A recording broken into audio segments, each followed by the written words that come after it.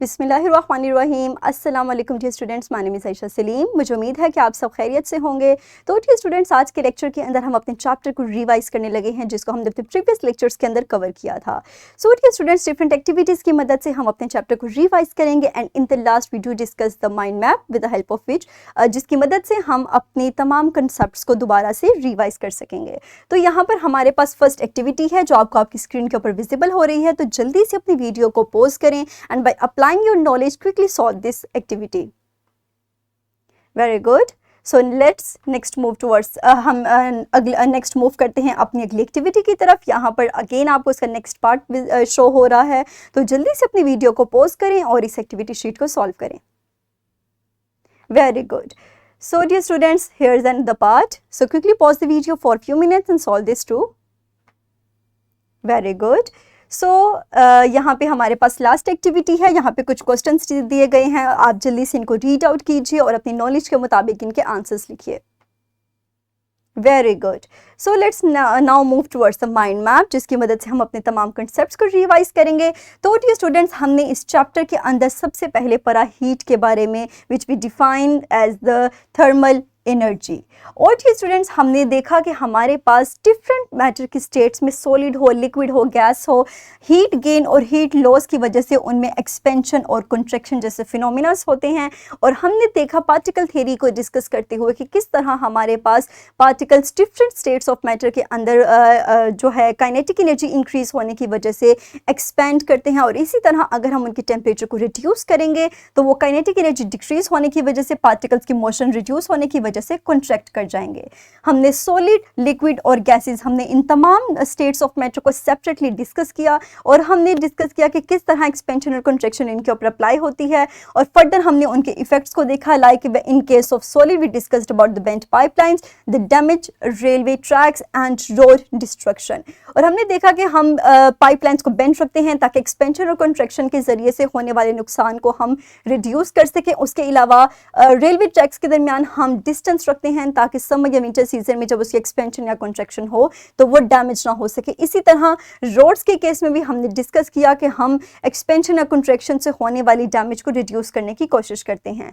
और हमने इसी की एप्लीकेशंस को अप्लाई किया in different process like riveting, fixing of metal strip, by metal strip, और हमने इन तमाम एप्लीकेशंस को डिटेल में स्टडी किया था। फर्दर हमने लिक्विड्स के इफेक्ट्स को और गैसेस के इफेक्ट्स को भी डिस्कस किया, जो कि यहाँ पर मेंशन किए गए हैं। हमने देखा कि किस तरह से हम इनके असरात को हमने डिस्कस किया। उसके अलावा हमने देखा कि किस तरह से हम अपनी नॉलेज को अप्लाई करते हुए कुछ ऐसा तरीक़ेकार करते हैं जिसकी मदद से हम एक्सपेंशन या कॉन्ट्रैक्शन से होने वाले असरात से इनकी फर्दर डैमेज से बचा सकते हैं। उसके अलावा हमने इनकी एप्लीकेशंस को देखा, जैसे लिक्विड के केस में हमने थर्मामीटर को देखा कि हम लिक्विड के एक्सपेंशन को इस्तेमाल करते हुए टेम्परेचर को मेजर कर सकते हैं। इसके अलावा हमने गैसेस के केस में देखा कि हम हॉट एयर बैलून्स को इस्तेमाल करते हैं। उसके अलावा गैस टर्बाइंस को इस्तेमाल करते हैं। फर्दर हमने टेम्परेचर के बारे में डिस्कस किया, जिसको हमने डिफाइन किया कि एज द हॉटनेस और कोल्डनेस ऑफ द बॉडी। और हमने जिस डिवाइस की मदद से हम टेम्परेचर को मेजर करते हैं, दैट इज थर्मामीटर। हमारे पास 3 स्केल्स थे, सेल्सियस स्केल, फ़ारेनहाइट स्केल और केल्विन स्केल। हमने डिस्कस किया कि हमारे पास इनका फ्रीजिंग पॉइंट और बॉइलिंग पॉइंट वाटर का क्या है इन स्केल्स में। फर्दर हमने डिफरेंट फार्मूलाज रीड आउट किए जिनकी मदद से हम इनकी इंटरकन्वर्जन कर सकते हैं, और ये तमाम फार्मूलाज हमने अपनी स्किल्स की मदद से और वर्कशीट की मदद से प्रैक्टिस भी किए थे। फर्दर हमने देखा कि हीट ट्रांसफ़र के हमारे पास 3 मोड्स हैं, सॉलिड, लिक्विड और गैसेस के अंदर, that are conduction, convection and radiation.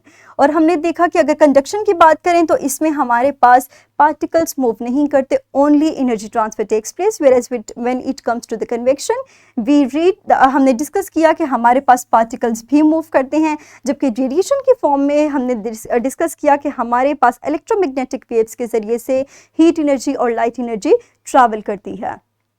Further हमने कुछ इंसोलेशन टेक्निक्स को डिस्कस किया जिनको हम अपनी बिल्डिंग में कंस्ट्रक्शन के दौरान इंस्टॉल करके हम आसानी अपना डिज़ायर्ड टेम्परेचर मेंटेन रख सकते हैं, जो कि 3 टाइप्स थी, slab insulation, blanket insulation and board insulation. And by installing this types हमने डिस्कस किया कि कन्वेक्शन और कंडक्शन के फिनोमिना को इस तरह से रिड्यूस करती हैं कि हम आसानी अपना डिज़ायर्ड टेम्परेचर मेंटेन कर सकते हैं। तो डियर स्टूडेंट्स, ये हमारे तमाम वो कंसेप्ट थे जो हम इस चैप्टर में पढ़कर आ चुके हैं।